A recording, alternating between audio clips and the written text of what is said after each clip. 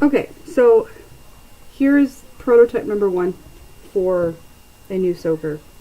The changes that I made are I made the snaps closer together on the bum to be able to use this width for snaps. Otherwise the snaps were obviously like out here, which you can't put snaps on fabric that doesn't exist. And I moved the snap placement up some so that the snaps itself there are higher, so you have less of that like fold up at the top, which I think is nicer. For as a petal, it goes right to the end of the diaper. Fold it up on the bum. The bum looks like a diaper with bum placement here. Same, I mean, really, like, I moved them in like 1/8 of an inch, so you really aren't going to notice how closer together the snaps are. So right now it's snapped in as a petal, and this is just one of many different things that are going through my mind right now. That being said, there are snaps here right now for the bum, for if you want to use it as a snake. And you unsnap it, and you have 2 other options for this one right now. Is what you can do if you don't like having the wider part underneath down here.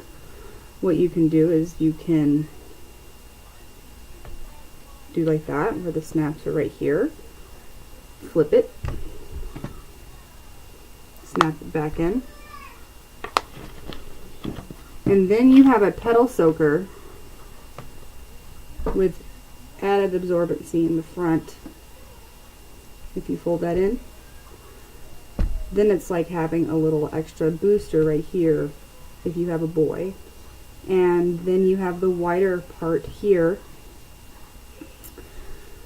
if you have a, you know, to kind of keep, and you have the contour. And I edited the snake pattern so that the part from where the curve goes in to the middle is the same width as the petal soaker is between the legs currently. I retraced and made a new snake pattern so that it was more contoured for fitting between the legs better. Another thing, I don't have fold down rise snaps on here yet, but if I did, if you folded it this direction, you have these front snaps that you could, if you're not using the fold down rise, you could snap them into that fold down rise. And then you have a soaker that is completely contained and snapped in 2 places. You put that on, you're not going to have this moving, and you're not going to have this moving. You won't have, you know, it makes it almost like an all-in-one because your soaker is snapped in 2 places if you use it as a petal. Now, the third option as a snake, which this is where I'm having trouble wrapping my brain, because when you use it as a snake with it this way, you got snaps right here. And I know a lot of people will put this down, put the baby on, and then wrap it up around the top instead of doing kind of like this and then putting it on baby. So if you didn't put baby in and wrap it up so that this part was against a baby, then this would work as a snake, and those snaps would actually have 0 impact on the baby. The fold over snaps would, because you still have it here.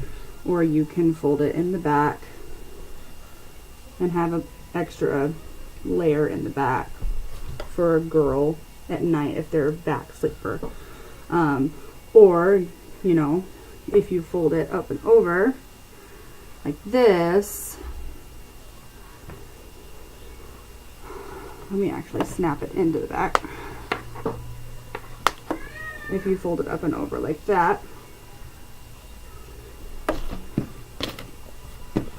that is when you have the exposed snaps right here, which if you wanted to fold it into the rise snaps, I don't know if you could. I'm almost thinking these snaps would need to be on this side right here, because if they were, then you know what you can do is you could do the same thing that we talked about doing it as a petal, and if the snaps were on this side, you could snap that into the fold down rise if you're not using the fold down rise, and then you again have a fully contained soaker without it moving in the front or the back.